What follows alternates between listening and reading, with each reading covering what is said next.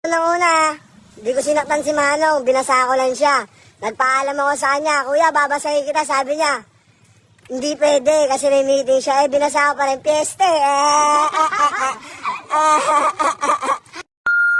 Trending na si Totoy Dila ng San Juan, nag-live matapos mamerwisyo ng mga nagtatrabaho, bumabiyahe at mga dumaraan sa San Juan nung piyesta. Ito ang mga sinabi niya. Pakinggan natin. Andito pa rin yung water gun ko. Anda pa rin ako. Aantayin ko kayo dito sa San Juan. Tatandaan nyo. Ito, water gun ko na to.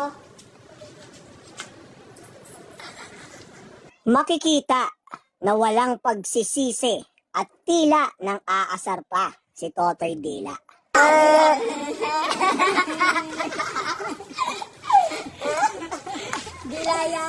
Dilaan mo. Yeah. Tanong ko lang, ano masasabi Boss Parak. kay Parak? Andito na ako, water ka ko, inaantay ka na. Kita rin dito na tila pinaparinggan niya si Boss Parak na unang nag-call out sa perwisyong ginawa niya.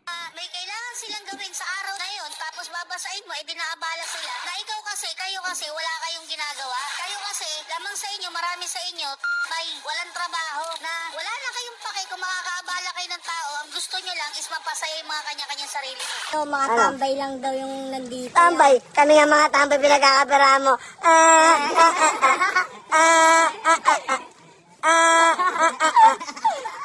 Ano, Boss Parak, manood ka ng live ko. Tila hindi talaga natinag si Totoy Dila at sinagot pa si Boss Parak.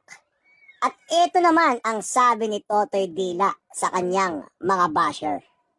Bashers, bashers, bashers. Dami, nagko-comment.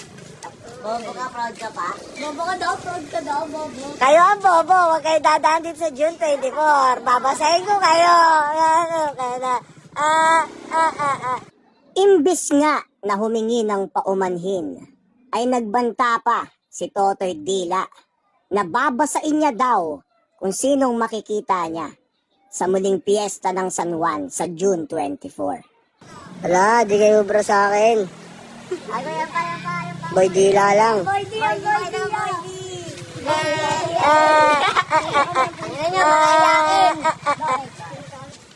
Ano, bashers, bashers.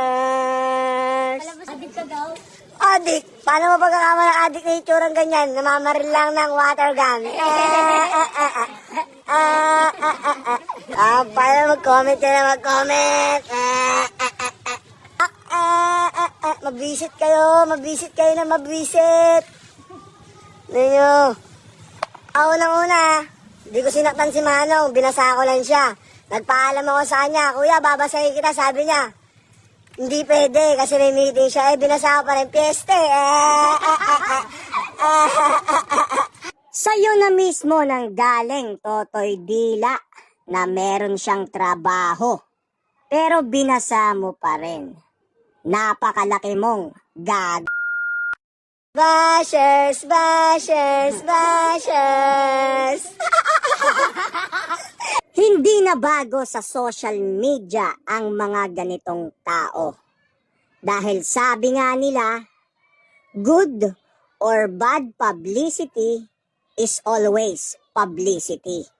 Kaya etong si Totoy Dila, ginamit ang kanyang para sumikat sa social media.